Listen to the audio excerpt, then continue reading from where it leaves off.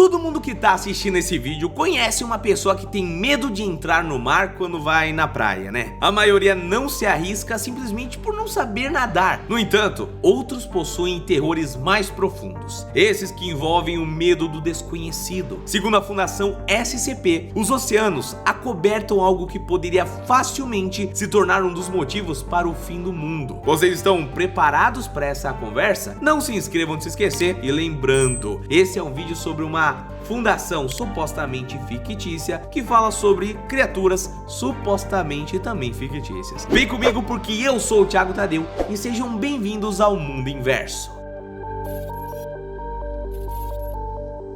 Para começar a falar sobre o SCP-169, nada mais justo do que comentar sobre, as principais características dessa criatura, né? Classificado na categoria Keter, esse ser vivo marinho também é conhecido como Leviatã. E se vocês não sabem exatamente o que é a classe Keter, dá uma olhadinha nesse outro vídeo de SCP aqui. Eu basicamente comentei com mais detalhes sobre as classificações ali dentro da suposta fundação, né? Poucos estudos foram feitos sobre o SCP-169, porque ele nunca foi capturado de fato. Ninguém conhece a alimentação do Leviatã, ou mesmo como ele se locomove, mas sabem que teoricamente seria em algum ponto da América do Sul. Mas por que essa falta de detalhes, Thiago? Bom, segundo a Fundação, isso se deve ao fato de que nenhuma pesquisa foi autorizada pela Fundação desde o primeiro encontro com o Leviatã lá no século 20. E tudo por conta de uma única característica que é realmente conhecida sobre esse monstro, porque ele é maior do que qualquer coisa que conhecemos. Estima-se que o SCP-169 tem algo em torno de 2.000 a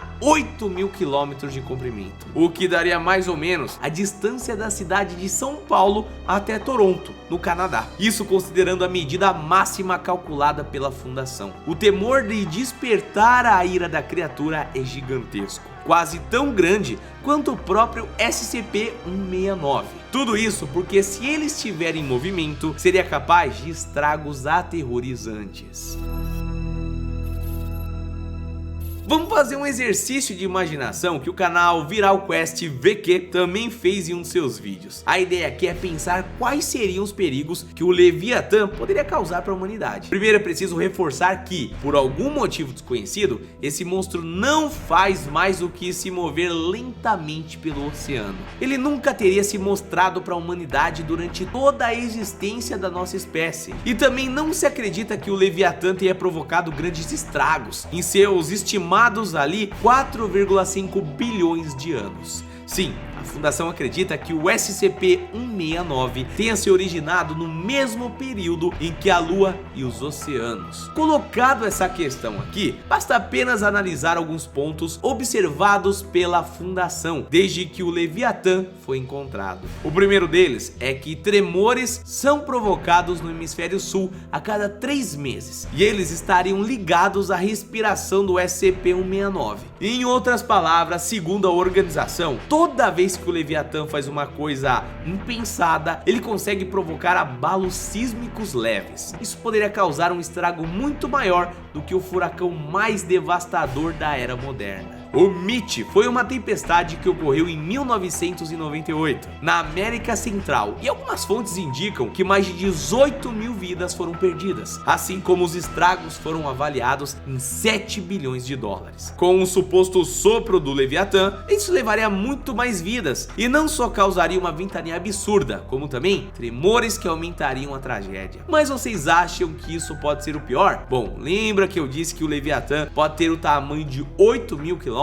Ele poderia devastar a vida na Terra com apenas alguns passos. Isso porque o corpo da criatura seria capaz de cobrir quase 1/4 de todo o planeta. A escapatória é impossível. A única arma que a humanidade possui para devastar algo tão grande seria, sei lá, talvez uma bomba atômica. No entanto, como já vimos diversas vezes aqui no canal, a explosão de vários desses artefatos poderiam também destruir a humanidade, né? Então seria mesmo que uma coisa autoimune ali. Nesse cenário onde se ficar o bicho pega e se correr o bicho come, restaria apenas a fé de que o Leviatã não queira mais do que se espreguiçar antes de mais uma soneca de bilhões de anos. Assim, os estragos seriam mínimos, se é que podemos dizer isso de uma criatura imensa como o Leviatã. E mesmo que o Leviatã nunca se levante, qualquer movimento mais brusco poderia afundar arquipélagos e também ilhas inteiras, como é o caso de um conjunto de ilhas ao sul das Américas, que foi tomado pela Fundação para evitar que pessoas morram ali e sofram um acidente trágico.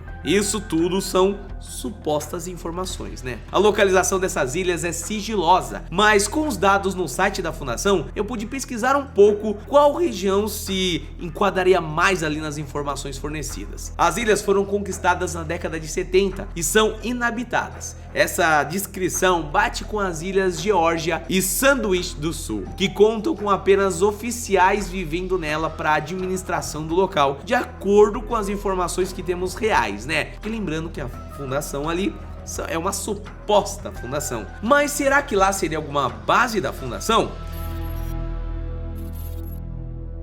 Bom, essa pergunta pode ser respondida de forma fácil. A fundação supostamente trabalharia junto com organizações como a Marinha, o NASA, entre outras. E, inclusive, existem teorias na internet que apontem até mesmo o Triângulo das Bermudas como um belo de um lugar onde poderia ser visto coisas do tipo, como o Leviatã, né? Vai saber. Bom, ainda que pessoas acreditem que todas as informações que temos são burladas, houveram falhas, e uma delas ocorreu na década de 90, quando cientistas civis descobriram um som inexplicável vindo dos oceanos da América do Sul. O caso foi analisado pela Fundação e abafado para que ninguém mais ficasse sabendo da existência do SCP-196. Isso tudo, claro, supostamente. A única coisa que resta são as lendas dos antigos e dos marinheiros, pessoas que juram ter visto um monstro tão grande quanto uma ilha, capaz de devorar barcos sem o menor esforço. Mas, como muito bem sabemos, lendas são apenas lendas, até que se prove o contrário. E nisso, a Fundação teria feito um bom trabalho para esconder um perigo que seria impossível de evitar.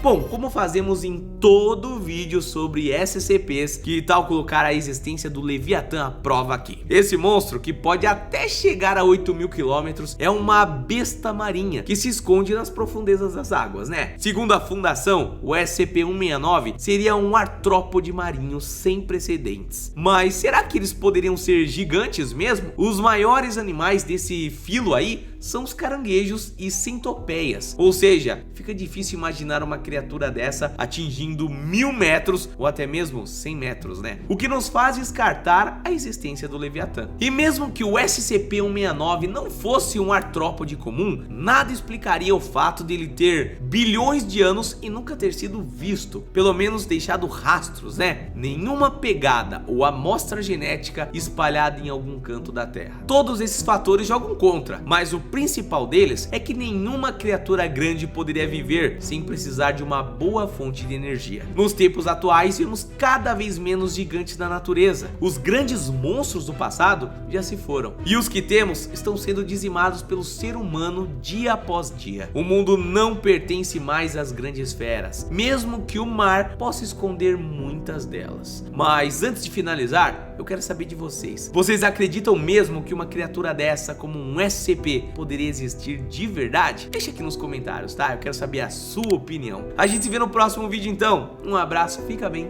e até lá. Valeu!